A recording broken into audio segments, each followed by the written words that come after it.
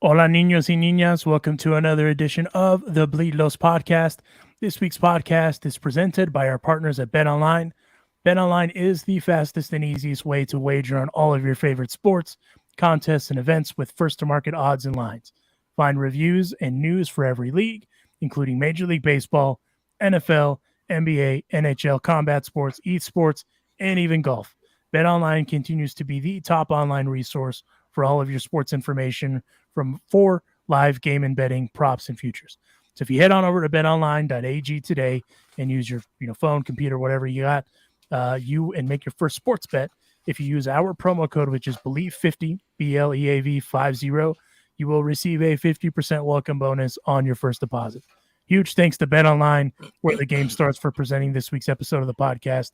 The Dodgers don't suck, and there's just no other way to put it. They are dominant at this point. They've all but wrapped up the division, barring anything catastrophic happening, right?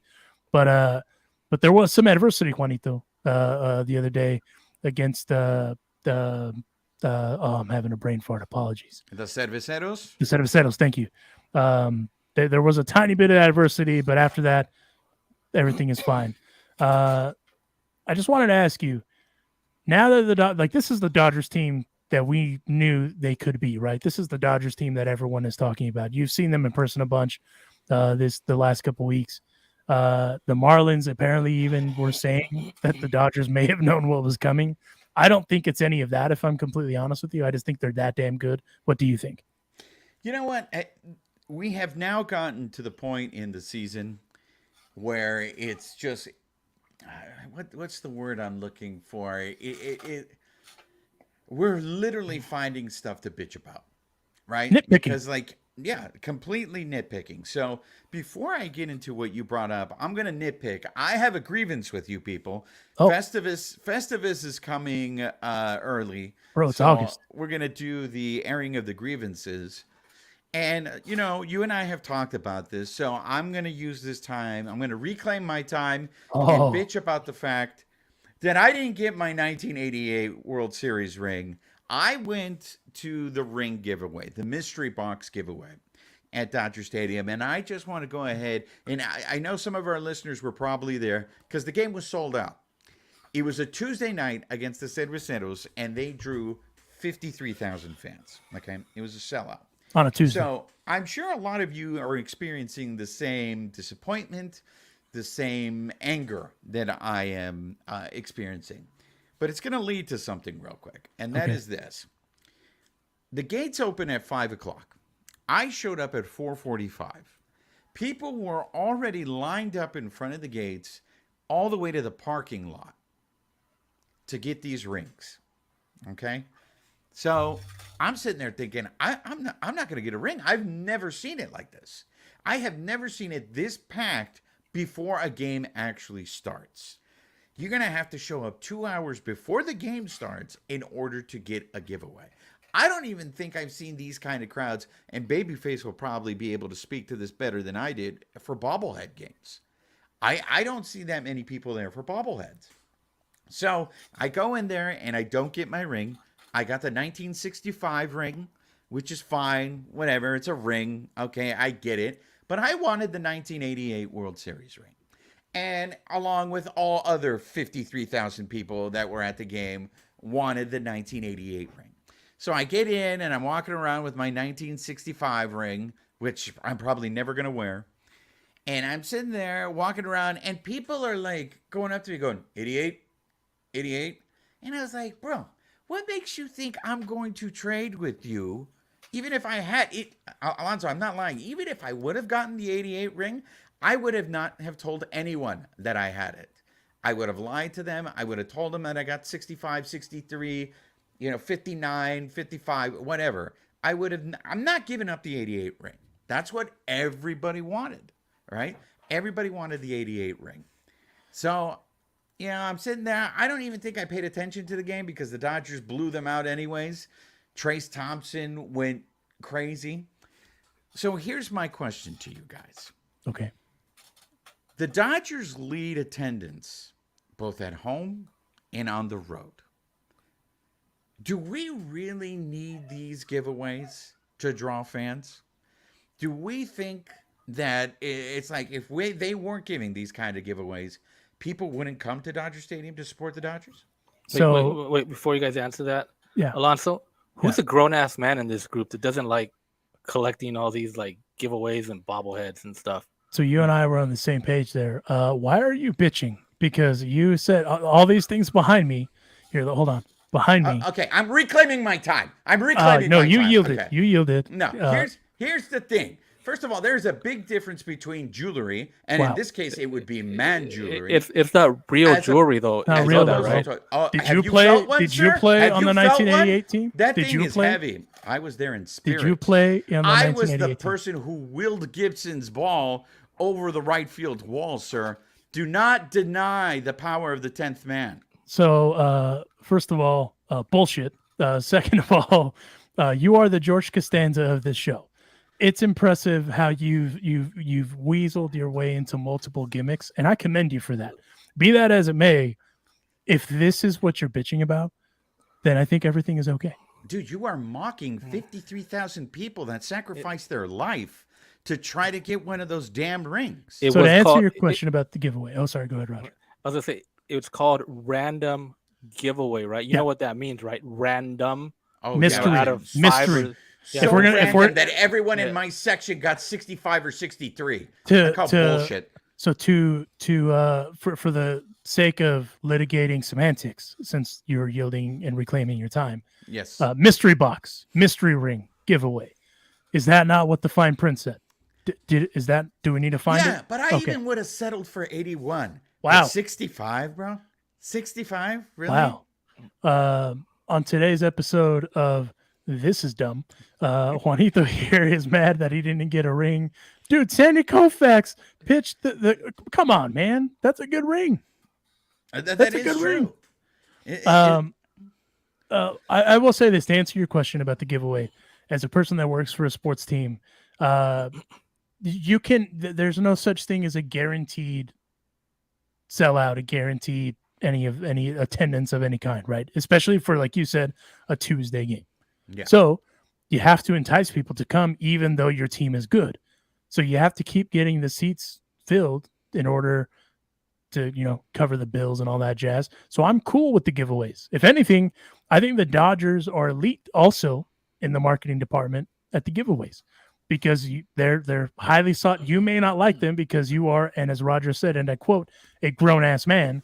Those are highly sought after collectibles, sir. They are not toys. They are collectibles. And as you went to go seek out said collectible, and now you're upset that you didn't get the one that you want, I believe in children's terms, that's called a tantrum. Look, Alonso, all I saw was the 7 deadly sins exhibited that night. The gluttonous. You saw murder? The gluttony and the greed. I saw people walking around the stadium with clear bags full of mystery boxes. So I understand where you're going with this. By the way, Alicia's out. If you haven't heard her yet, chiming in with the positivity. She's out on assignment. But we also have to throw her under the bus a little bit because she did have a clear bag. As you know, if you've been to the Dodger Stadium, you have to have a clear bag.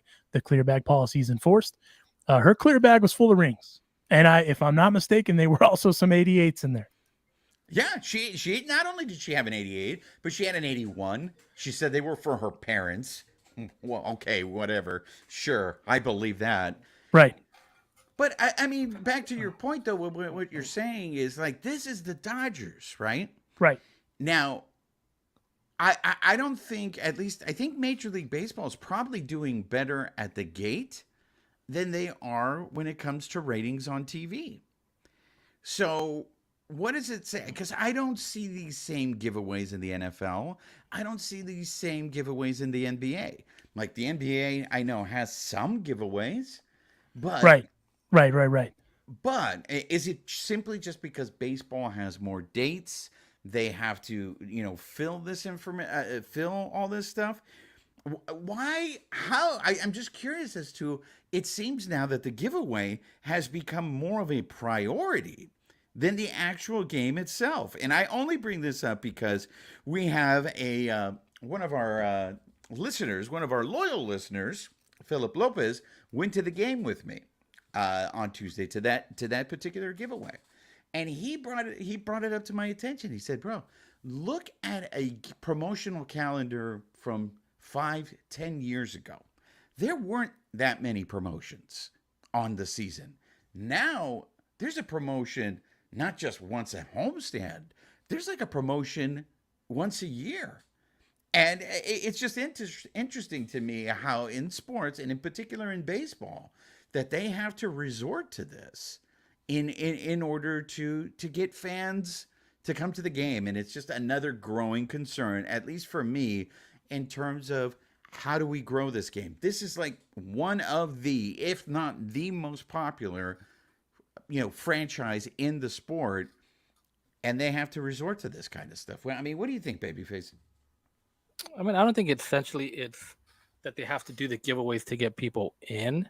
I think especially with the Dodgers now, they've been doing like people actually complain of how many bobbleheads the Dodgers give, because I think like one year they did like 17, 18 bobblehead giveaways, and people actually started complaining like, oh my gosh, like this is just so many bobbleheads, but people still collect them and they like to go and get them. So it's like whatever. And I think if you look at other teams' giveaways, like they'll do bobbleheads and some other, but I think Dodgers do lead probably the league in giveaways and the different stuff that they give out. And I think it just adds to the appeal. I mean, if it is bringing in some fans, it's bringing in, some fans that maybe might not go necessarily to like a Tuesday night game, So, I mean, I think it's a good idea to have those giveaways. The thing that bugs me about giveaway nights, though, is like you were saying, when you got there, the line was like to the parking lot, right? Yeah. Way beyond extended.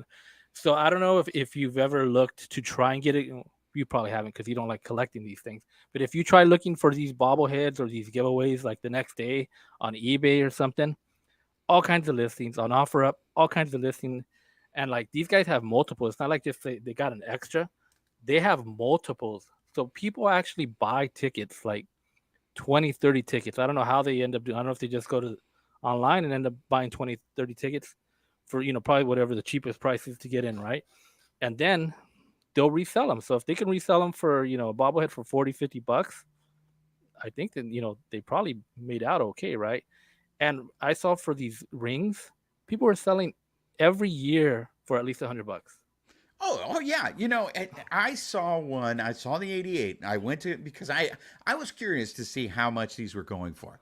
I Googled the 88 one, and on eBay, I kid you not, there was one that was going for $289. Who the hell is going to pay $280? I mean, unless you must really, want that ring, desperately. But hey, and there's our speak of the devil, Philip Lopez, joining us on the live. Philip has a very good point.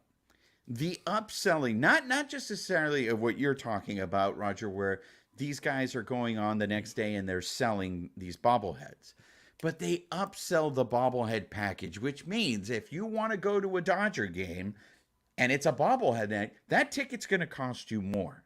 And it's going to cost you way more on the resale market. And so it is interesting to me, and I get it. It's a business. It's capitalism. I know this whole segment is coming off as old man yelling at a cloud, but it's one of these things where I think this is the price we pay, literally, because of the fact that if you want, we talk about how, the Dodgers are owned by billionaires, and they're spending a lot of money to get good players on here, and that's what now we expect as Dodger fans. We expect you need to pay the money to get the best players here. So if that's what we expect from them, then we need to expect that we're going to have to pay a lot of money to go to these games. So I know I took the long way to get there, but this is what I'm talking about. These giveaways are now raising the price of going to a game. There was a period a few years ago where I would not go to giveaway games. I would specifically go to games that didn't have a giveaway because I could get into the stadium for $6. That's not going to happen. That was also the McCourt years. Well, Shame. Well, that is true, but it was still, you would still get a cheaper ticket on a day that they weren't giving a giveaway. So you mentioned it. You know, people were complaining that they give out too many bobbleheads, but they keep putting them on the schedule. They keep giving out more stuff. They keep doing new stuff, right? I'm a little disappointed at the fact for Jaime Jarrin, they're going to give out a pin. Dude, this is last year? You're going to give out a I mean, pin? and even to if you've noticed over the last couple years, like they have their bobbleheads, their regular giveaways, and then they have special ticket giveaways now, Yes. Yes. where you only can buy whatever it is, 3,000 tickets available for, like last night was Laker night. They had the jersey. Coming up is the Dia de los Dodgers, and they're gonna have the two separate. It's the double header, so they're gonna have a bobblehead for game 1 and a bobblehead for game 2, and these are all Yeah. separate package. So Yeah. now they're doing that as well. Yeah. Well, do you want them to keep signing guys like Freddie Freeman and Mookie Betts? I mean, I do. Well, and that's the thing. I think that's my question to you guys. As long as they keep signing, and I'm saying this only because Trey Turner is coming up, right? Right. And here's the thing with Trey Turner that we need to focus. I see these comments on Twitter all the time where it's like, why haven't they re-signed Trey Turner? Why haven't they re-signed Trey Turner? I don't think, I mean, it may eventually come up to maybe the Dodgers won't meet Trey Turner's number, but I don't think it's necessarily all about money in this situation. I think we hear the rumblings that it's maybe where Trey Turner wants to play. But here's the thing. If you're going to charge this much to go to a game, I don't want to hear that the Dodgers all of a sudden are penny pinching. Do you know what I'm saying? Because Right. we are paying a lot of money to support these teams. Well, I mean, for me, it's what it comes back down to is, okay, let's say Trey Turner wants, I don't know, 300. What did Corey get? 325? Yeah, it was around that range. I don't know the exact. So let's say number. Trey Let's wants see. 327. We'll just say it's a lot of money to pony up for a guy, right? Now, is he worth it for a 10, 12, 13-year deal? Maybe, right? I mean, that's a lot of money to pony up. So at the end of the day, the Dodgers have done a fantastic job of spending their free agent money wisely, right? Yeah. Freddie Freeman's going to, for all intents and purposes, barring a catastrophic injury, knocking on wood, he's going to age well, right? That he's going to age well into what he's doing. Even again, Walker Buehler, Julio Diaz, Cody Bellinger, all those guys are also going to be up, right? Could you get all of those guys for the same amount of money that it would cost for one Trey Turner? I don't know. I don't know what they're going to command. I don't know what they're going to ask. Julio Diaz is probably going to be the most expensive one out of all those guys. Walker Buehler would be probably the second most expensive. So that's a lot of money to pony up between 5 guys, we'll say, right? Because at some point you got to pony up for Tony, and if you want him to be around for a while. And we haven't even, they just re-up Max this week. So, and that was a very team-friendly deal.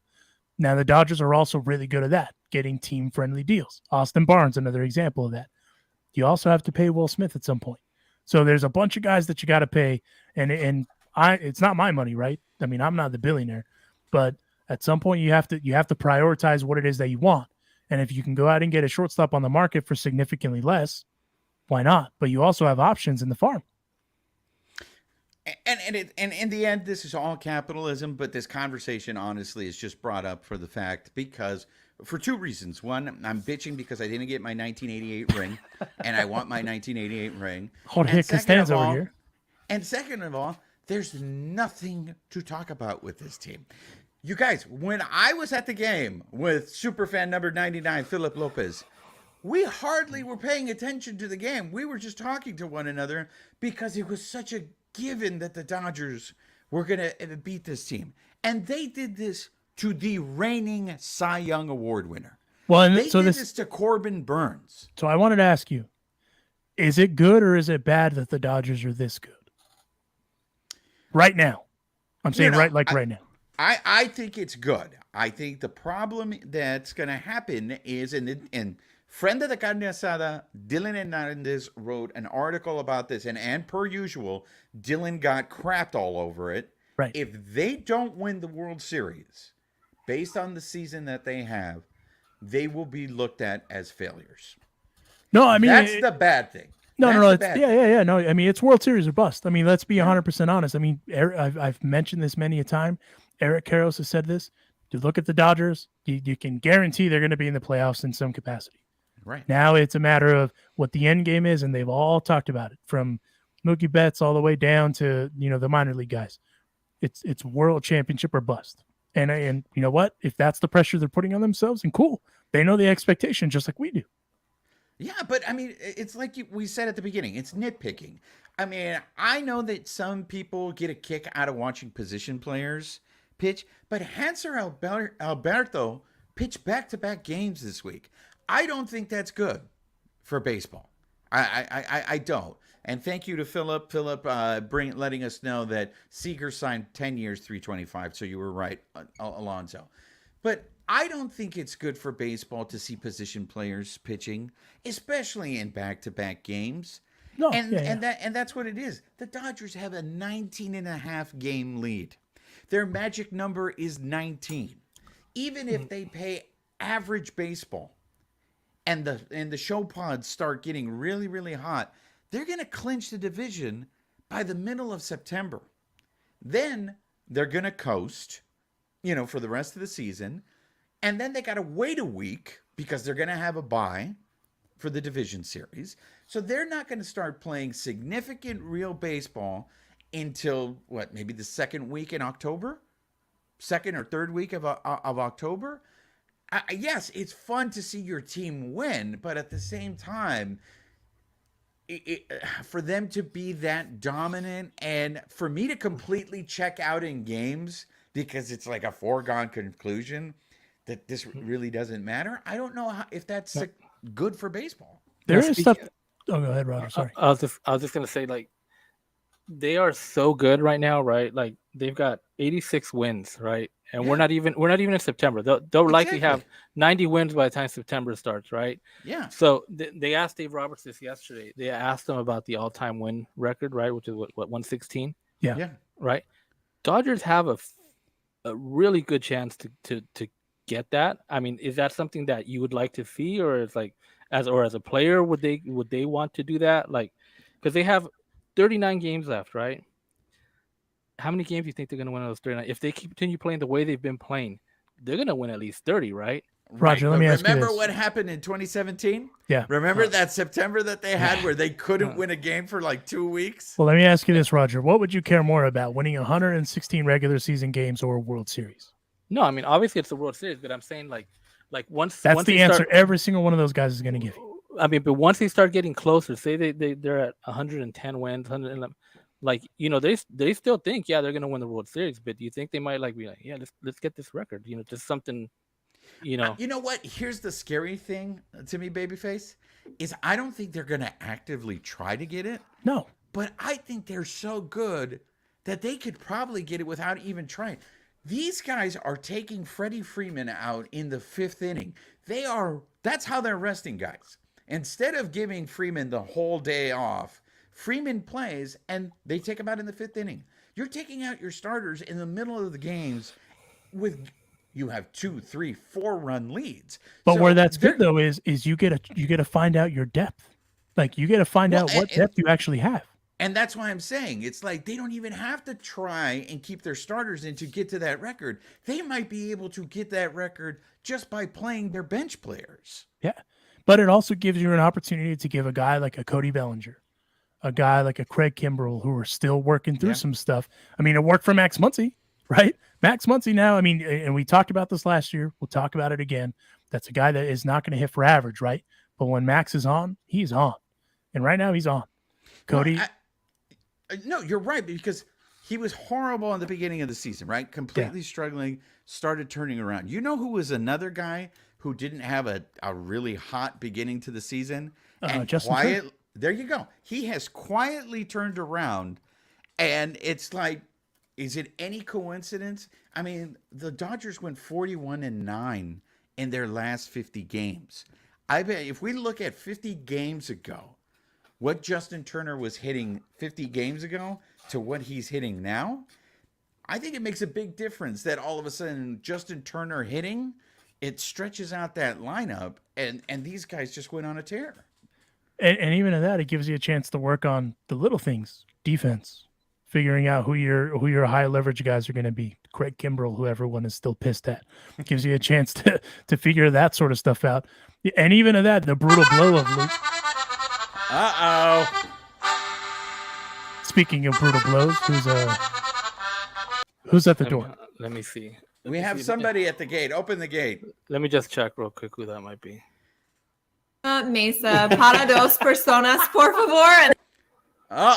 So someone's asking for a table here. No, we don't have a table, but tell them we got some buckets that they can sit on in the backyard. Mesa. Let me bring him in. Okay. And stopping by that got Asada for a few minutes today. We're joined not by one but two Turners, Kourtney and Justin Turner. Thank you guys for stopping by and joining us. Of course. Thanks for having us. Yeah, of course. So obviously we could talk baseball, but I want to start with something else.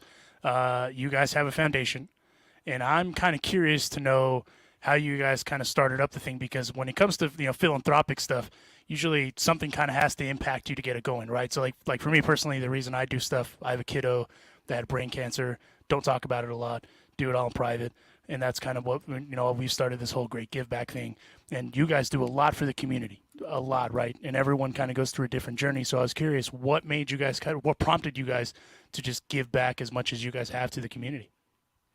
Yeah. So, throughout my years playing in Major League Baseball with the Mets and the Dodgers, they've always done a great job of setting up appearances in hospitals, visiting kids, different activations around the cities and in communities to kind of get involved. And we've always really enjoyed doing that. And then in 2016, the Dream Center came to us and, they said they wanted to open this veterans home, this homeless veterans program, but they needed to raise money to do that. And they asked us if we wanted to put together a golf tournament and call it the Justin Turner Golf Classic.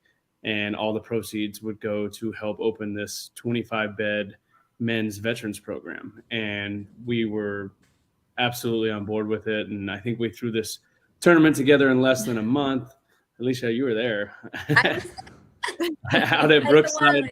Humble brag. Yeah, it was freezing cold that morning, but it was a success. I think we raised close to like $65,000-$70,000, and Court and I were just in awe. We were like, man, if we pulled that off in a month, like we can do so much bigger and better things and impact so many more people. And we can do stuff on our own and not depend on, the Dodgers to have to set up, visits to these hospitals and different schools around the city. So that was really how the Justin Turner Foundation started. We kind of,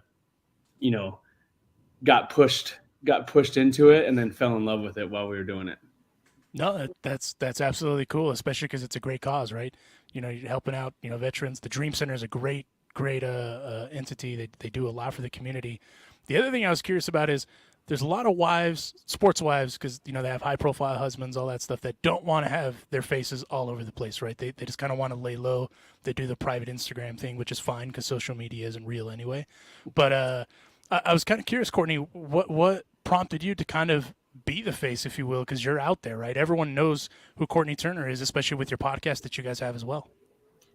Yeah, I think initially, and I still do this, I'll jump out of photos if we're at an event, and then I'll wait for someone to say, oh no, we want you in it, just because obviously I know people are more excited to meet Justin. But I think, I don't know, it just came naturally, just kind of sharing everything, allowing people to get a glimpse into our lives. I think it just makes everything more real and relatable. And I think a lot of times, I know some other wives are not as excited for the fan side of it at games when people come up to them and they'll say, why do they care about meeting me? And I say, you might be the closest they'll ever get to their favorite player, or maybe they admire you in the way you support, or you're a good mom. And I think, I don't know, like it's nothing for us to stop and say hi or get involved, or even with the foundation, put myself out there. And I think it just makes everything more, I don't know, impactful, relatable, real, whatever you want to call it.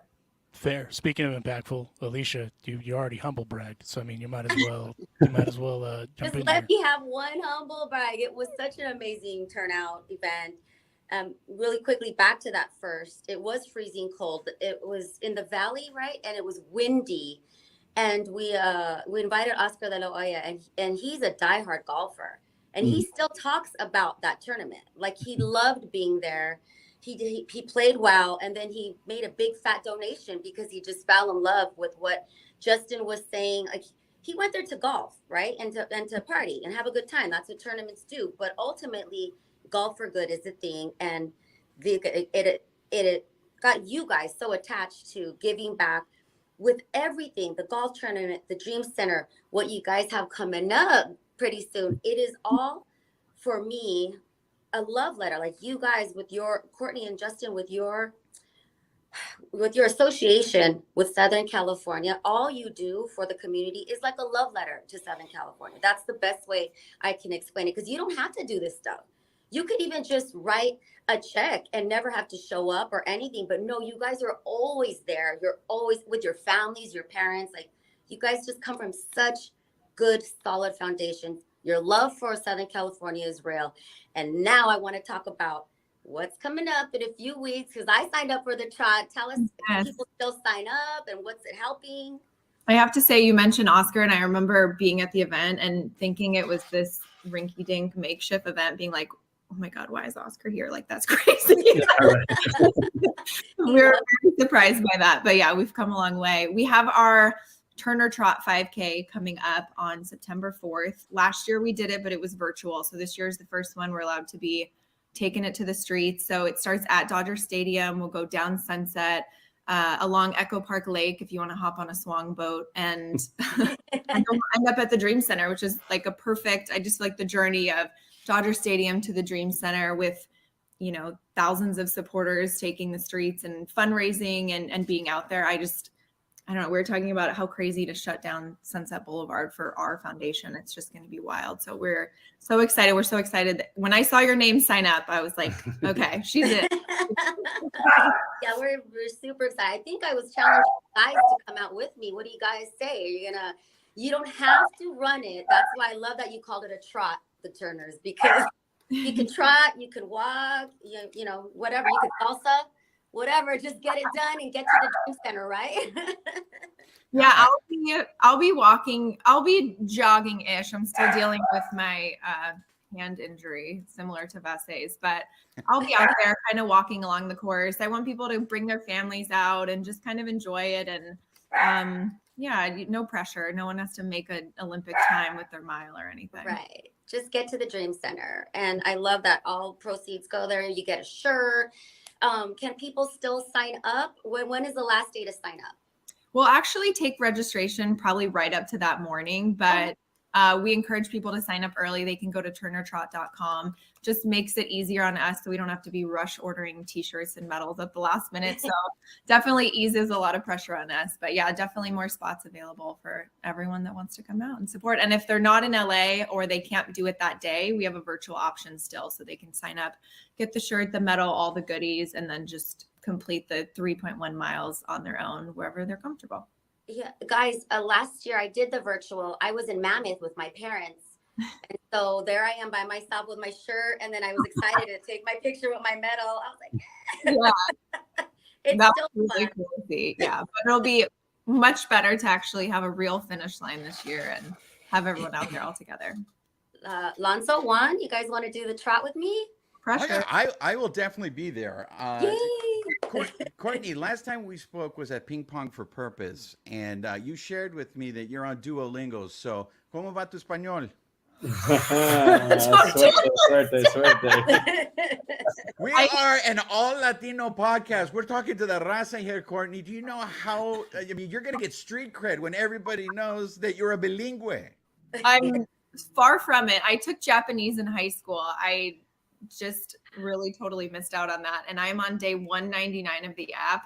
And it's so different when you have to apply it in a real life setting and try to do it. And it was funny. We're in Cabo and he's like, oh, but everyone obviously they're looking at you like, why are you speaking English at you're trying to get your table? But I'd be like, okay, una mesa para dos personas, por favor. And they're like, there you go. They're like table wow, for two. What a gringo. What a gringo. And I'm like, okay, but at least I don't know. I try. It's funny. I feel like you're good at it because you're around guys and you try to have your teammates speak Spanish only to me so you can pick it up. And playing in the Dominican, I feel like you picked up a lot of that, like the real life application of it, but it's so different on the app in bed. And I don't know. I need to get better about using it in person for sure. I'll work on it. Well, I wanted to ask you about Women's Day because, as everyone knows, the wives, the partners, the women involved with all the Dodger players chose walk-up songs, and you chose the classic "Wrecking Ball." We need to know how did that come about? Okay, so we were in Cabo again, one of our favorite places, at dinner for the All-Star break. When was this? 2016 with Scott Kazmir and his wife. And we were at this sushi restaurant and there was this amazing string duo that was playing kind of like top 40 songs. And we heard them do Wrecking Ball. And we were just, I don't know, it just kind of caught us. And then we ended up getting married in Cabo.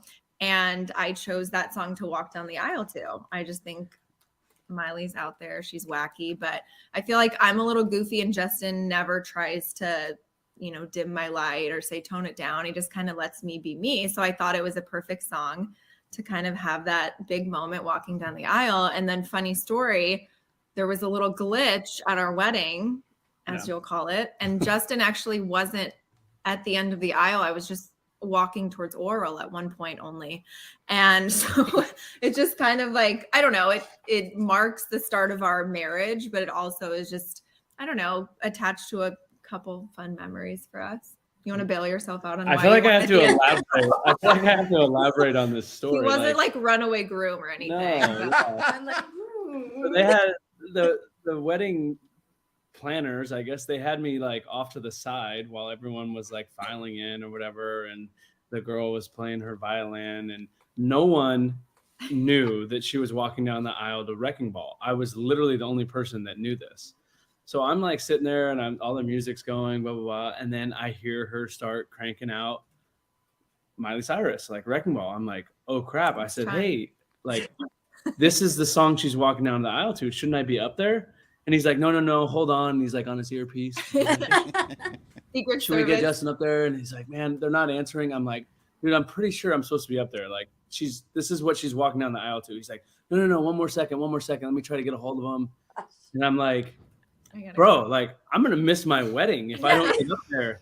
And he's like, you know what? Just go. So I like come up the steps on the side. And by the time I get up to where like the ceremony is, everyone's standing up and facing the back because Court's getting ready to walk down. I was already going. And so I just like snuck up. The only people that saw me sneak in were my groomsmen because I walked right past them and then stood up by oral. And then as Court walked down and everyone turned around, I'm sure a lot of people were probably like, wait, how did he get up there? Because no one saw me come in.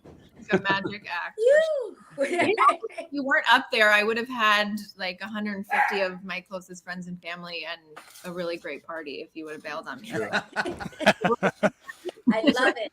I want to segue to some controversy on Women's Day. That homewrecker, Maybelle Blair, and how she basically sexually harassed Justin on the pitcher's mound. I will say this before I get to your guys' response.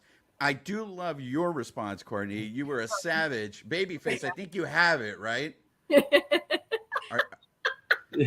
I thought that was classic, but Justin, you were such a good sport. Did you expect her to just, I mean, I was at the game and literally everybody was like, what is happening right now? I got so many texts. Yeah, so I ran out there. I didn't talk to her before we went out there. I came out, excuse me, I came out to catch the first pitch. And when I squatted down, she yelled at me. She's like, you better make me look good. Oh, you framed it well. And I was like, all right, Maybelle. I was like, I got you. And she threw it. And it was a good first pitch. I mean, she's 94 years old, 95 years old. I mean, quality first pitch. Right. And I catch it and I frame it. And I was like, I told you I'd make you look good. And when I go out there, I go to hand her the ball. And I'm like, nice job, Maybelle. Way to go. And then she just starts like caressing my beard. And she's like, oh, it looks so much better when it's short. I don't know what that crap was in 2017. I think old ladies get away with a lot. You've had a lot of players say like, "Oh, my grandma loves you," and then they come over and they're like rubbing, and I'm like, "Oh my gosh, no one like bats an eye at them. They just get away with whatever they want." So here's the thing. Growing up as a ginger, a redhead, I had literally everyone's grandma would come up to me and be like, "Oh my gosh, I love your hair. I just wish I could get that color in a bottle." Every single Maybelle once at it the is end of the crazy. day. Everyone wants my hair color. As a person that's married to a ginger, I can confirm that's a thing. Like it happens all the like random people will come up to my wife and be like, "Oh, your hair is so beautiful. I wish I could. Can I touch it?" And it's just like, "What? I don't know you." Hey, congratulations in order, Kourtney, because I believe you just completed the quest of stadium chasing, right? You hit all 30 of them. So this is for both of you. Kourtney, what is your favorite stadium? And Justin, have you now played in all stadiums, or are you missing any? Yeah, I've got 31 actually. Your last was White Sox, I think, a few years ago. Yeah. Well, actually, I have 33 if you count Mexico and Australia. So Yeah. and then old Atlanta and new Atlanta. So I just missed old Yankee Stadium and Shea by a year. I debuted in September 2009. Right? So Minnesota. I played in the Dome in Minnesota in college. I didn't play there in pro ball, so I don't know if you want to count that.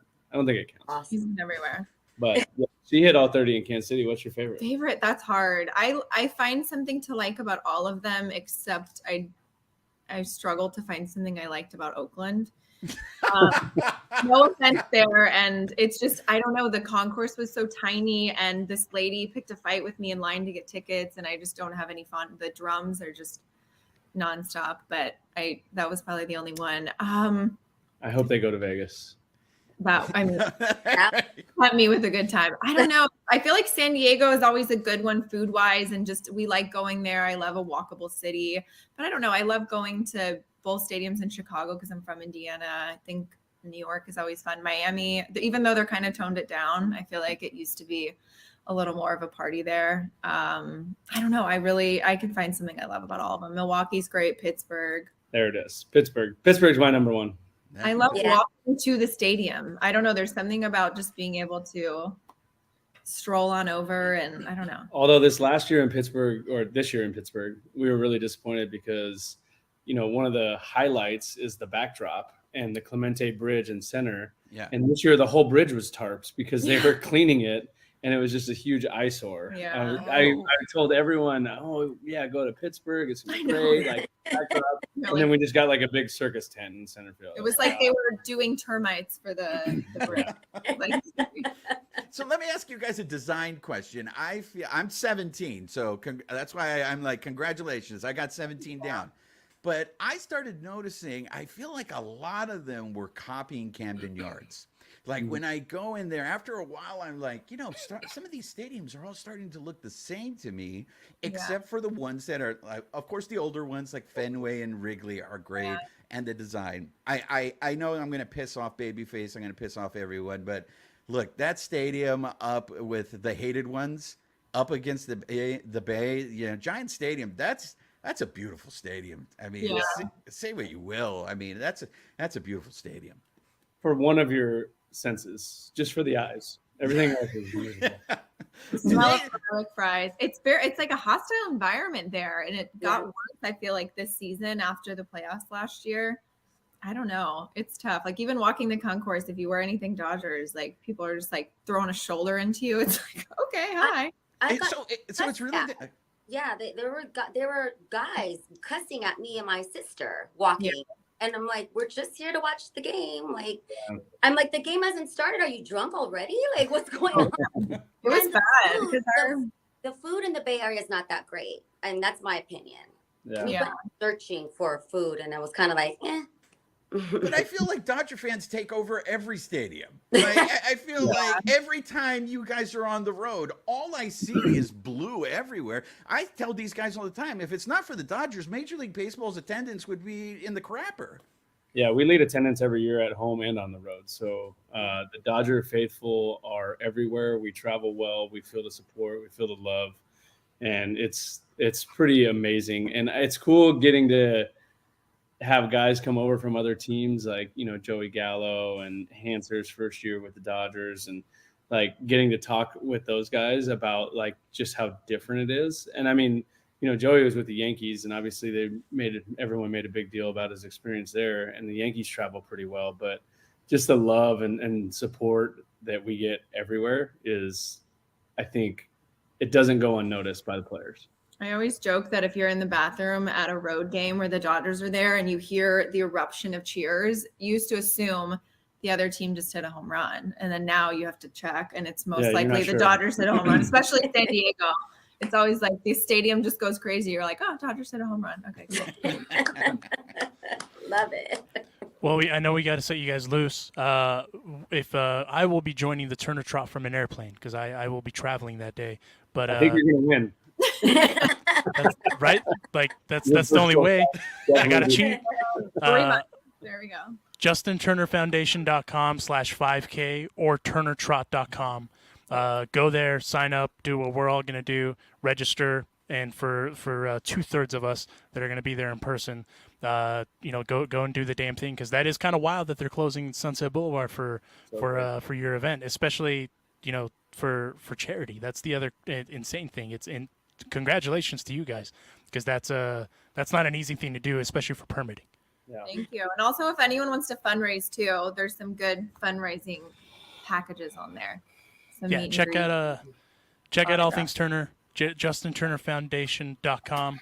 I am having a hard time seeing that because I don't have my glasses on, so I apologize. TurnerTrot.com, it's all there. Yeah, TurnerTrot.com is the easy one. It'll take you directly to it. But thank you guys for joining us. Thank the dogs too, for them pulling up the So cute. the fact that your min pin is much more chill than my min pin is. I know what that means. That means one more. So. Oh, there we go. And what's the dog's name again? I'm sorry. That's Moonshine. Moonshine. Moonshine. Moonshine has its own page. Yeah. Moonshine is a lot more tame than my min pin. My min pin would be assaulting me for food right now. So that's No, she's obsessed with his beard. It's like she's trying to find it. another home wrecker. That's his girl for sure. Well, thank you guys again for joining us. We really appreciate you guys stopping by, and let's do it again. Yes, All right, thank awesome. you so much. Thanks, guys. Thank you guys. I can't believe you called that lady a homewrecker, Juan. And she's 95, bro. Dude, I was there. I was there live. I mean, it was awkward, bro. She was. Yeah, she was having a moment, like totally, like it wasn't just like one caress. She kept caressing his face, and all of us were just sitting there looking at each other, going, "What is happening right now?" Like, was it on the jumbotron? Oh yeah. It was on the jumbotron. I think. Oh no, it wasn't on Spectrum. I think they played it afterwards. But all I was waiting for was the bow chicka bow bow music to start playing. I mean, Juan, you have a nice trim beard. I mean, I'm gonna see if I can get her to come on the show, and maybe she can, Sure. Did you see her when she was getting interviewed during the game with Hershiser and Joe Davis? Did she feel like Joe Davis? She was getting very handsy with both of them. Like she she was giving. Let's just say she was giving a lesson in flirting. There was some heavy flirting going on there. To Kourtney's point, old people get away with a lot of stuff, though. Hey, God bless her. She shot her shot.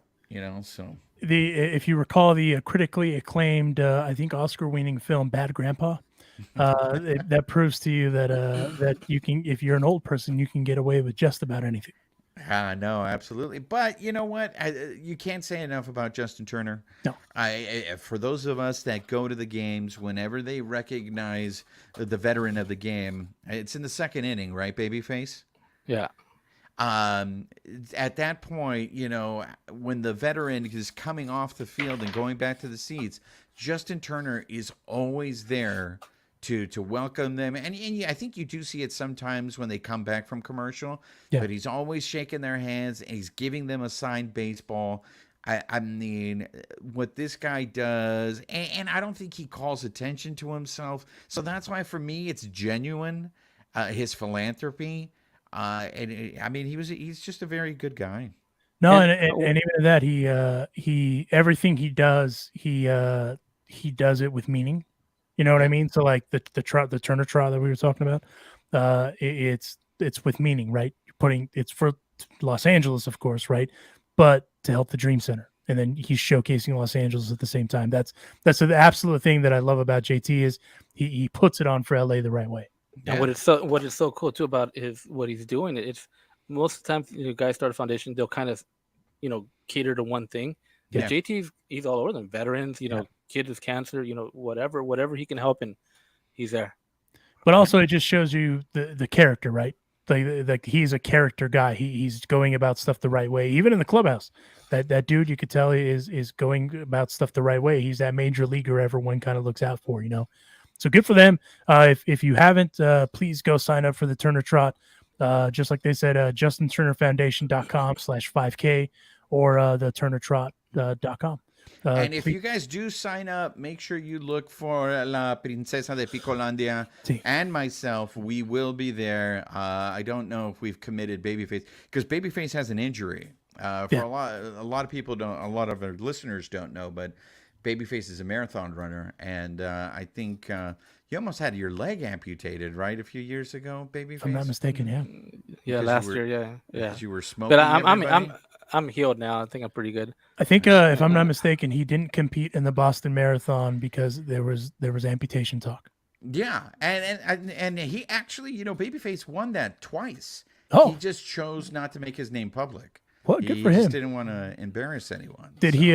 Maybe he did it with a moniker of a heel. Yeah, he's a humble guy. Yeah, good for you. Good for you, Babyface. And for humble as well. Again, justinturnerfoundation.com. Do the thing. I will be joining from an airplane, like I said, because I'll be traveling for work. But go join because all the proceeds are going to benefit the Dream Center. That's where the Turner Trot's going to end. It's going to start up at the Ravine and end at the Dream Center. So please do join. Remember that time that you said there wasn't anything to talk about, Juan? Yeah. There actually is something to talk about. Walker Buehler had Tommy John surgery. There we go. So I mean, that's the kind of the preposterous thing, though, right? Walker Buehler has Tommy John surgery second time, and yet they're still playing out of their minds. But that means Walker's down for a while. That means he probably won't come back until the end of next season, maybe. I think 2024. 2024. Yeah, I was gonna say. I don't think that's why I say back. maybe. Does that worry you any? I'm just curious since it's doom and gloom with you. I figured you'd be the one to start with as far as that goes. You know what? It doesn't worry me, and you know why it doesn't worry me? I trust the Dodgers, man, because let me tell you, the guy we keep hearing about in the minor leagues, Gavin Stone. Yeah. I had no clue who the hell Gavin Stone was in the beginning of the year. He was never listed as any of the prospects. And when we had friend of the Carne Asada, Juan Toribio, on the show, when Toribio said, hey, trade everyone for Soto because all the Dodgers are going to do is draft new guys, and then they turn those guys into studs. Yeah. I will say this. I think the person who should be concerned is Walker Buehler, because if Walker Buehler comes back in 2024, that's his walk year. So he's going to have a lot of pressure to not only stay healthy that season, but he's going to have a monster season if he wants to get paid. That's the first thing, and Babyface and I talked about this. That's the first thing that came to mind was like, this is his second Tommy John. Okay? He technically has not gotten his big payday yet. Right. So the timing on this was horrible, and I know that this isn't apples to apples, but you know who was the first person that came to mind? I kept thinking of Tim Lincecum. Do you guys remember Lincecum? How he was just dominant for a few years, and then the injuries came, and then he was out of baseball. But they're two different players, though, if we're going to be completely honest. So, I mean, Lincecum, not a knock on him, but his injuries also just built up, but his delivery is not anywhere to what the smoothness is of Walker Buehler's. Let's just, call a spade a spade. But I do think I will say this, based on what the Dodgers did this week with Max Muncy re-signing him, they approached him even during the struggles, right, about doing that extension. I think one way or another, Walker's going to get paid, whether it's by the Dodgers or somebody else. Someone's going to give him the bag. Do you think they'll do the Blake Trinan thing? Because I heard Friedman talk about why they extended Blake Trinan while he was injured. Yeah. And he basically said, he did that to allow Trinan the comfort of just focus on getting healthy, don't worry about the contract. Do you think they'll do that with Walker Buehler? If there's a guy I would do it with that's a high leverage guy that you want to have in your rotation, it's Walker Buehler. That would make a lot of sense to do that because he's already proven what he hasn't even hit a ceiling is the crazy part. But, he's already proven what he is. He's a frontline starter in Major League Baseball. So, pay him whatever, give him the comfort because a lot of guys do worry about that if they get hurt, especially if they're on a year-to-year situation. So pay him, get him sorted out, let him heal up. And then like you guys were saying, like I said 2023 maybe. The realistic, return is probably 24. But, crazier things have happened because this is his second Tommy John. So he might come back totally bionic. Who the hell knows? So that means they're going to get him at a discount then. I don't necessarily know if it means discount, bro, because at the end of the day, it's what have you done for me lately? But a lot of guys get paid on past performance. CC Corey Seager. So it wouldn't surprise me if they still give him a boatload of money because that's a guy you still want to have in your rotation. He's not even, what is he, 26, 27? 28 maybe? I honestly don't know how old he is, but he's not 30. He's not on the wrong side of 30 either. So for me, worth it. But Roger, I was kind of curious what you thought about that too. I mean, I'm kind of worried not as far as like the Dodgers' success going forward, pitching wise. I'm kind of worried more about Walker, because this is his second Tommy John. Like, how is he going to respond to this? How is he going to come back? How many pitchers do we see that have had 2 Tommy Johns and still are pitching at elite level? That's what I'm kind of more worried about. Like, is this going to be an issue now? Once he comes back, how's he going to respond? And I saw a picture that was posted online. He laying down. He had bandage up here and he's bandaged up on his left wrist. And I'm like, people were wondering why do you have another bandage like on his left? I guess he had to take another nerve from his left wrist to fix his for the Tommy John because he already had to use the one on his right. So he's out of nerves. So. But they can do cadavers. They can do cadavers. You should donate your nerves, babyface. If you're a real Dodger fan, you're a real Dodger fan, you should give up a nerve to help Walker Buehler. And Walker's only 28. He just turned 28. Yeah. Yes. I mean, so that's just kind of that's what I'm worried about. How's he going to respond? When he comes back, what type of pitcher is he going to be? No, I mean, if we learned anything after that first Tommy John, I think it was okay. It's just one of those. It is what it is. But I'm trying to think of 2 guys. I'm trying to think of there's a name that I am totally forgetting. Well, I know Brian Wilson had 2. Yeah, Brian Wilson's one. And I'm totally forgetting the other name. And I know it's not easy to. Oh man, Kuo. Hung-Chi Kuo. He had 2. And actually, I think he had more than 2, if I'm not mistaken. I think he had 4. Yeah. He blew out his left elbow, I think like in 2002, and he had it reconstructed a couple times. But anyway, Walker Buehler has a huge upside, so I'm not worried about it. But Juan, I'm sorry to report this to you. You can get the cadaver. Well, look, here's the thing, though. In 2024, and Philip Lopez brings us, and by the way, welcome back, Galley Fizzle. Thanks for joining us. There's a new person on the live I've never seen before, but I love his name. David Wants a Taco. David, welcome to the live. Thanks for joining us. I know you enjoyed our interview with the Turners. Why is Juan disappearing today? Yeah, I just have one of those things. You know what it is? It's Back to the Future, if anybody's seen it. But no, look, if the Dodgers in 2024, do you guys think Bobby Miller's going to be up by 2024? I mean, for sure. Yeah. You're going to have Bobby May now. Brian Pipio. I mean, Bobby Dustin May. May. Dustin May. I don't know what the hell's I'm focusing on the fact that I'm literally disappearing here. I think Marty McFly didn't get to Biff yet. Duct tape aficionado Juan Ramirez disappearing. There we go. So the thing is these young guys who are currently blocked might be up by 2024. Will Kershaw still be around in 2024? I mean, will Julio be around in 2024? That's the big question. Yeah. I know we all think Julio is gone, But it's just one of those things where is there even going to be room? I don't want to say that Buehler is going to get Wally pipped, but if the Dodgers, if these guys are as good as everyone says they are, like we haven't seen Gavin Stone yet, let's see if he really is. He might be real up. deal. He'll probably be up if if he's playing the way he is. He'll be up by that time. Let me ask you a sincere question. One. Yeah. Who would you rather have? Would you have a? Well, you know what? Before I ask that question, I'll preface it with this. Okay, of the free agent pitchers in we'll say 2023. We'll just go with that.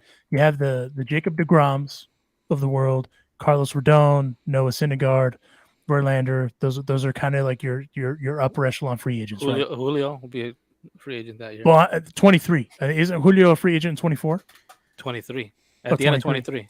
So assuming Julio's as good as gone, right? Yeah. You have those are your frontline guys that you have options on. Would you take a waiver on Walker Buehler, knowing what he has done for you in the past, including getting you a championship in 20? Yeah, I would, and I think the Dodgers would too. But it's a numbers game, right? I mean, there was a period, I don't know how many seasons ago, where the Dodgers had 7 starters going into the beginning of the season, and everybody was like, they have too much pitching. And then, 2 months into the season, they had like 4 or 5 injuries to the starting staff. So you can never have enough pitching. But we're having this conversation now. I think it's a given that Dustin May should be in the rotation for the playoffs. But there are certain people that believe he is not going to be in the starting rotation in the playoffs. I don't see how he's not. They think you roll with Urias, you roll with Gonsolin, you roll with Anderson. And because of the fact is and Kershaw. Okay. Now, if Kershaw doesn't come back, then I think Dustin May moves into the rotation. I agree with you. I think Dustin May should be in the playoff rotation, even if he doesn't continue to pitch as the way this guy throws 100 miles per hour. Even if he makes a mistake, it's kind of hard to cash in on someone throwing in 100 miles an hour. Well, I mean, the other thing too is if you use him as a super reliever, I mean, that's not a bad option either, right? But you're also forgetting about one other guy, the Heen Dog. I think he's going to the bullpen for the playoffs. And see, this is what, again, going back to my point at the beginning of the season, we are not even into September yet, and this is what we're relegated to talking about, Alonso, because this team, anybody want to bitch and moan about how this team is playing right now is just, you guys think I'm a hater.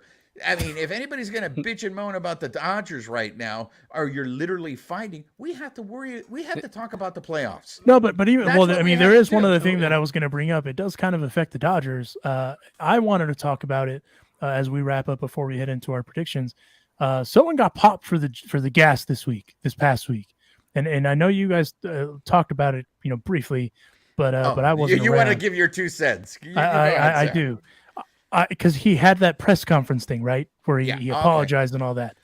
I think he was sincere, but I also think that he's a kid, right? How much of a jackass were you? Clarify for people who don't know who you're talking about. So Fernando Tatis tested positive for the gas, and the main reason I wanted to talk about it because I know there's one person that's going to be fired up on this group chat, and his name is Babyface, but. Here's the thing. Should you ever cheat? No, 100% no. I'm anti-steroids. As a matter of fact, you guys know my stance. I don't even think steroids make you hit the ball any better. I think that's all bullshit. But he's a kid, right? And how much of a dumbass were you when you were a kid, when you were 21, 22, 23? You were a dumbass. Let's just call a spade a spade. I was a dumbass. Everyone was a dumbass. Now, do I think he was genuine with his remorse? Yeah, I do. But at some point, you obviously you're going to get held accountable for the stuff that you do, right? And that's a big deal. Now the worry is everywhere that dude's going to go for the rest of his career, he's a cheater, right? Yeah. Everywhere he's going to go. Doesn't matter if they trade him to wherever, my man's always going to be called a cheater. That's unfortunate, but that's, you reap what you sow. I don't buy the story, if I'm being honest with you, of the ringworm. I think that's bullshit too. But he's also a kid. And he now the way that everyone's going to look at it is, oh, well, I forgot what they gave him, 315, something like that, some preposterous amount of money for however long. Now he's not a leader. Now all that. They haven't even started paying him yet. That's the crazy part. That's the part I was getting to. Now they haven't paid him yet. And then you have all this lingering over him, but yet he's still a kid. He looked like a deer in the headlights, and I feel bad for the guy. But at the same time, I'm it's the Padres, right? The way that they've gone about stuff hasn't necessarily no knock on Padres fans, but I'm sorry your franchise handles stuff a little, shall we say, nonchalant. But he's still a kid, and he's still. I mean, that's the other insane thing. He's been in the show now 3 years, 4 years. 3, I think it's 3. 3, and he made a mistake. Now, Roger, I wanted to hear from you. What is your take on the Tatis thing before Juan chimes in? Well, I mean, we talked about it last week. I mean, it's just now that he's had the conference and everything was what I'm alluding to. Has anything changed since the press conference that he had? Did you hear anything from him that made you look at him differently? No, I mean, of course, everyone is remorseful when they get caught, right? You're remorseful. And yeah, he made a mistake, and now he's going to pay for it for the rest of his career. Like I said, now we're not going to know, like, when he came, like I said last week, when he came into Dodger Stadium and he hit those 5-6 jacks and went out of the stadium, was he juiced? Now going forward, when he hits a home run, oh, he's juiced, right? Yeah. That's going to follow him now for making a mistake. And yeah, you're a kid, and yeah, when we're 22, 23 years old, we're different. We were not professional ball players. These guys are in the show. They got to be different. They have to have a different mentality. They have to know what's going on because they're not just normal 22, 23-year-old kids. These guys are in the show. So that, he has to take accountability for. I mean, I don't know. Did Robinson Cano, make that much of an impact on him while he was there? Who knows? Yeah, well, I mean, look, here we talked about this last week, and I know that it's not, again, an apples-to-apples comparison, but I'm going to bring him up, and that was Puig. I think what was surprising to me, and I mentioned this again already, was how hard his teammates came at him when it first dropped. Right. And it didn't seem like they really had his back when he was doing this press conference. And I get it. Maybe they're trying different tactics with him to try to get the message to him. Maybe it was a little bit of tough love. But who did they try that with? They tried that with Puig. They started talking blatantly, openly, how pissed they were with Puig. And Puig never came around. So I am curious to see if Tatis starts to get it. Because remember that surgery he kept putting off? He didn't want to have that surgery. Now, all of a sudden, he's having that surgery. So is that a sign of he gets it now? And he's going to start, being in line with everybody? He's going to start working with the organization? Or is this going to be, again, this is a guy who's going to keep making mistakes. And it's just going to be frustrating because it's wasted talent.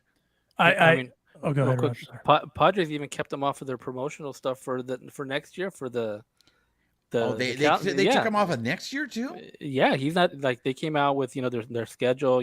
Soto's on there. Machado, and no Tatis. It's but a lot of it comes back down to is you're supposed to be the guy, right? You're like when you get a contract like that, you're supposed to be the guy. Manny Machado is supposed to be the guy. I am not a fan of how Manny Machado conducts himself on the field. Could he be completely different in the clubhouse? Sure. I don't know the guy, but I'm not a fan of how he goes about it. But also, the reason that I'm suspect about that is, I mean, they've had public spats in the dugout, right? Yeah. Nolan Arenado is passionate about stuff, and that's why he gets in people's faces. Different things, competitive. The way, again, the way that they have had it out in dugouts is completely different than what it should be. Point being, if Tatis is supposed to be your guy, you know what I mean, for the face of the franchise, they're trying. A lot of people were even saying could be the face of baseball at some point. Now all that's gone. And I don't want to use this comparison because it's like you said, it's not apples to apples. But I go back to Andy Pettitte. When Andy Pettitte, when he did all the stuff that he did, he was outright and forthcoming about everything that he did. And then you look at Roger Clemens with how he's gone about stuff, and Alex Rodriguez even. Alex Rodriguez burned a lot of bridges, right? All because he said, no, I didn't. I'm glad that Tatis did not do that. At least he came out and admitted, yeah, I did. The excuse was lame. At this point, I mean, you could have had, I don't know, you could have had an amputated leg like Roger almost had, and you still, could have given me that excuse, and I still wouldn't believe you, because at the end of the day, you know what you're putting in your body. Those guys make enough money, and they have the doctors to know what they're putting in the body. That's the other reason why I don't necessarily believe Barry Bonds when he says, "Oh no, I didn't know it was in the cream, bro." But you know all that stuff. So, long story short, I feel bad for the guy. I do. But my sympathy only goes so far, because at the end of the day, to Roger's point, yeah, you may be 22, 23 and you're a jackass, but yeah, you have enough major leaguers around you too that you should know what you're doing. But I do feel bad for the guy, and also your dad played in the show, so you should know better. But I do feel bad for the guy, and also I feel bad for Padres fans, because I mean, look at it, look how everything has gone down for them, right? Like, here they were on cloud nine at the trade deadline, and all that's gone. Look, I mean, slumps are real, man. And if anybody had an answer for a slump and anybody could figure them out, nobody would get in a slump, right? Yeah. I mean, I thought the show pods would be competitive. I thought they would give the Dodgers more of a fight. There's no way that I thought going into September that the Dodgers would have an almost 20-game lead on the show pods. Did not have that on my bingo card. I think that organization is going to be at a crossroads real quick, because if they don't make the playoffs this year, and then next year you start having the same issues, they might blow it up. And these are guys who ended up spending a lot of money. Like, I am fully expecting that if the show pods are not competitive in that last year of Soto's contract, Soto's going to get traded. They're going to try to replenish everything they got from the farm. And I don't think that's good for baseball, man. The Dodgers need to have some sort of competition. How great was last year? Yes, I know it was very stressful.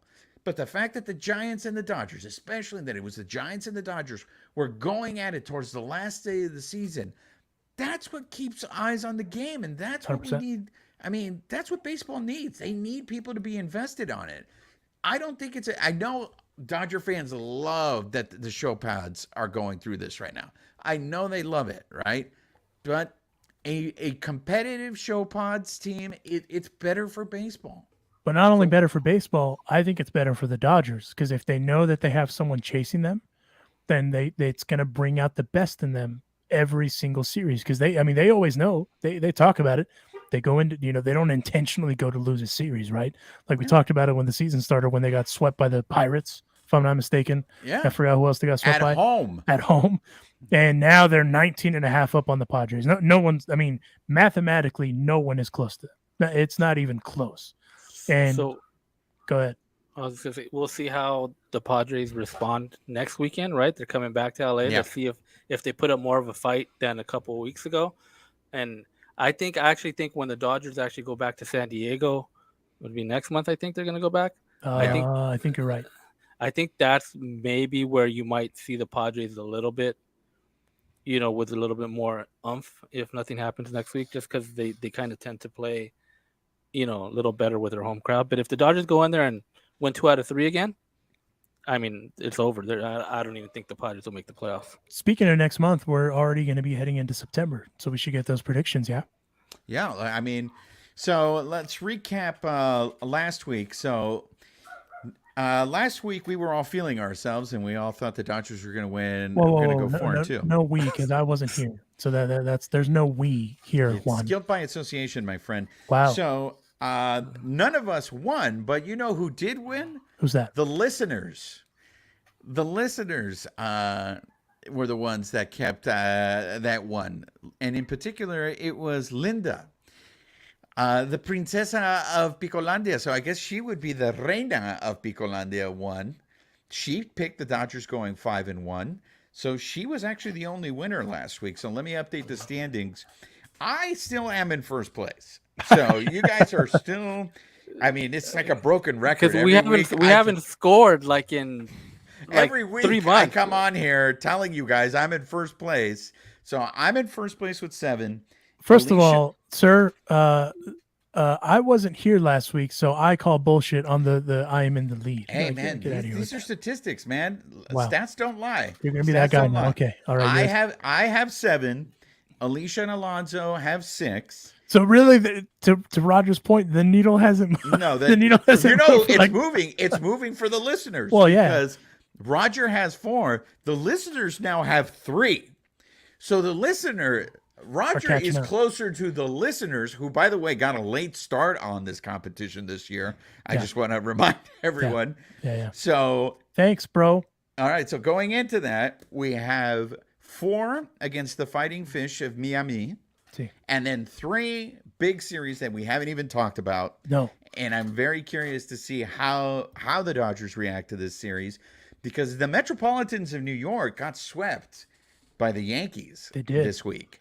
So can I tell you why I didn't want to talk about the Mets? What's that? I'd rather talk about them next week. All right. Well, we will talk about the Metropolitans next week. And I just got Well, the reason I want to distracted talk about it next by week Sports is Empire's comment, but I'll let you finish. the reason I wanted to talk about it next week is because it's highly possible that we're going to see both of their horses in what could potentially be a playoff matchup. So that's the only reason I want to wait, because you keep saying there isn't shit to talk about and you just want to bitch. So here we go. Yeah, and I am going to bitch because I wanted that 1988 ring. And I got to tell you, one of our listeners, the great Philip Lopez, was there, sacrificed his body to try to get that ring for me, and he ended up getting 63 because Philip is worthless, and he couldn't get me the number 88. Wow. So, Putting them on blast on the internet. What a dick move. I know he's going to shoot back at us. Philip on the is live. number one fan, dude. You're gonna be talking about it. Was Exactly. the number one fan. Because now Yeah, he's not going to listen exactly. to our show anymore because of this guy. All right, so do you want to go with start off with your picks then? I'm gonna go against the Fighting Fish of Miami. I'm gonna go 3-1, Okay. and then the Mets. See, the thing that throws me off is the potential for the 2 horses. I'm gonna go 2 out of 3 with the Mets. Okay. Same. So 5-2 then. Yeah. Oh, and Babyface is going 5-2. So thanks for participating, guys. Yes. It looks like you're gonna have another scoreless week next week, but we will get La Princesa de Picolandia's picks. Juan's gonna go later like on. Yeah, he's gonna go like split. whatever. What's the opposite of positive? Negative. That's what Juan's gonna go. You know why? Because again, I am. Oh my God, Sports Empire is going 6-1. 6-1. All right. Yeah. For our listeners on the lives, now's the time for you guys to start dropping your picks. And if you're listening to this after the fact, you can always do the Twitter thing or Instagram thing, however that works. Yeah, on the you social can media. tweet us what your picks are, but I'm actually gonna go 3-4. Wow. Oh. Wow. 3-4. The not team only- is 41-9 over their last 50, and this guy goes 3-4. Yeah, I was about to say. And So you know why? you're predicting a slump, is what you're saying. I'm predicting. I think they're a different team on the road. They split with Milwaukee, and then they dropped one in Kansas City. We all predicted that they should have swept the Royals, right? And what happened? They got shut down. What They happened had on Monday? that singer guy that pitched pretty good. I mean, Well, that's what I'm saying. There's a possibility that there are people. I mean, the Mets are not. The Metropolitans are not chumps. There could be like some guy named Scherzer or DeGrom who just pitches a hell of a game. did you forget what we just saw? They beat up Sandy Alcantara, and then they beat up Corbin Burns. Those are elite pitchers. They can't do it to Scherzer or Hey, DeGrom. Gally Fizzle agrees with me. Gally Fizzle.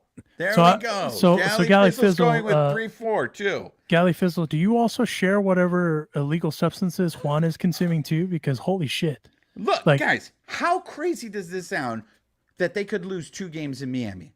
Do you think It's not Sandy- crazy. Is but- Sandy Alcantara gonna pitch another clinker? You think he's gonna get blown up for 10 runs? I mean, I don't think he's going to get blown up for 10 runs. I mean, I'll be honest with you. I know you think it's a foregone conclusion. They're going to just blow everybody out. I don't go into that thinking it that same damn way, because you still have to play the damn game.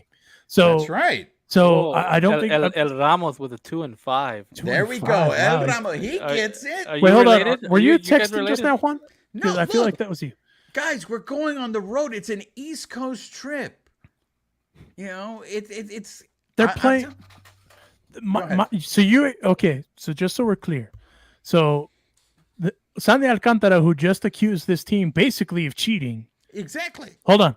You think that they're not going to show up, to that new fresh stadium fired up to show these guys that we're not cheating? Yeah. Yeah, I think they'll be fired up. But what happened on Monday? Eric Lauer shut them down. And Eric Lauer is not Sandy Alcantara. Right. He's the Sandy Koufax against the Dodgers. What the hell? So these guys, one of these guys who we have never heard of, all it takes is for them to lose 2 games in Miami and 2 against the Metropolitans, and I'm right. Oh, okay. So that's what it. Okay, I see what you did there. Do you see? wanted It's to a numbers game. The Right. fact that they're on the road, and I just think they're also getting closer to clinch. The fact that, again, I'm not saying that they're going through the motions, but the Dodgers have clearly They're going through the motions. the Dodgers have clearly taken the pedal, their foot off the pedal a little bit, and now they're starting to gear up for the playoffs. And you said this before too, Babyface. Do you want to show the Metropolitans? You want to show your hand to the Metropolitans?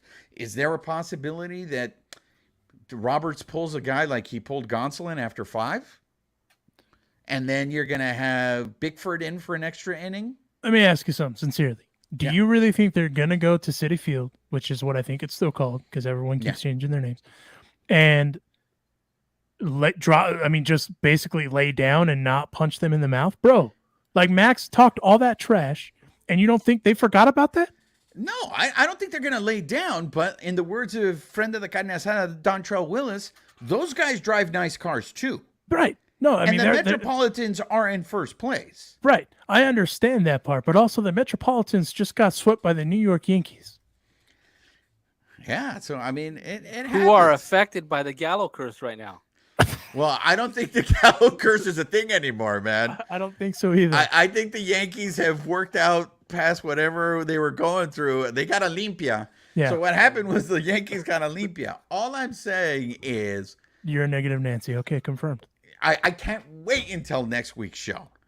Because look, what they're gonna okay, Dustin May, do you think he's gonna pitch against the Mets? Like, who do you think the Dodgers are gonna throw against the Mets? They got 4 against the Marlins.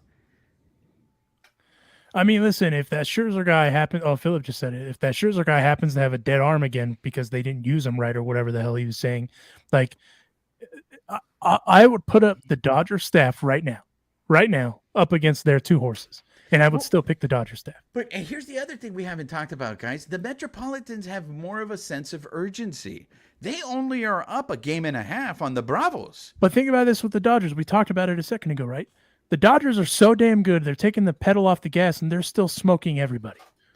Yes, but the Brewers are not the Metropolitans. No. I understand that. But I mean, And then what about this? You don't think these guys are going to be partying in Miami and then New York? bro, Is that not a real thing, Alonzo? it can be. Curfew's at 10. Curfew's at 10. But the likelihood that they party in Miami or in New York is not high because also don't they have 2 really early games? Yeah, the Sunday game is a 9:00 game, which is going to be they're going to be out of whack. So That's the game I have them losing in Miami. I am following the tips that Sam Ace Rothstein from the Major Motion Picture Casino laid out. Wow. You know, when he was making his bets. These are all the kind of shit that bettors look into. So, I mean, we'll see. I hope I'm wrong. But honestly, the Dodgers have a 19.5 game lead, guys. I think we're okay. I think we're okay if we lose, 4 games out of 7. I feel like your drug intake is increased with them winning more games. It's because you're talking crazy, bro. Look, what is it like? We think they're going to struggle and then they go 6-1. We think they're going to go 6-1 and then they struggle. This team is just really hard to figure out. But you know what? I mean, what was the record again, Roger? 41 and what? 41-9. 41 and in 9. their last 50. For 41 and 9, I'm cool with being wrong like that, but for 50 games, they've just gone out and only lost 9 games. Get out of here. Get out of here immediately. Yeah, but this is a different team, man. Wow. Well, I mean, thankfully we have a betting party that supports this podcast so they can hear Juan's trivial, frivolous. I can't even give you more adjectives because I'm so pissed with what Juan's saying. BetOnline presented this week's episode of the podcast. Head on over to their website, betonline.ag. Use our promo code, which is Believe50, BLAV50, and you too can make the insane bets that Juan is talking about right now at betonline.ag. Huge thanks to them for presenting the episode. I'm going to let Juan say what he's going to say after. I just want to acknowledge Sports Empire's comment because he made me laugh. What was Coco Beware's best match in the WWF? Wow. I think that's funny. I don't think Coco Beware had a best match, but I will say this. That finishing move of the Ghetto Blaster, it's the bird right there. Shout out to Kevin Nash, who also just dropped a cannabis line. Congratulations, Nash. He's one of the good ones. But on that note, we will end this week's episode 41-9. And you really think they're just, we're just going to suck for how dare you? How dare you, sir? They're due for a bad road trip. You know why? It's the irony of you hating Tom Niedenfuhr is incredible. It's just an incredible irony at this point, and I can't even handle it. We will catch you guys next week. Huge thanks to the Turners for joining us again. JustinTurnerFoundation.com. Go sign up for the Turner Trot. We're gonna do it. I'll be on an airplane. They'll be there. Join it. Sports Empire's on fire. Yeah, yes. On the internet. You know why I don't stand with Juan Sports Empire? Because he's not realistic. Good night to you guys. Thanks for joining us, and we'll catch you down the road. And go Dodgers. Unlike Juan, not saying that. My God.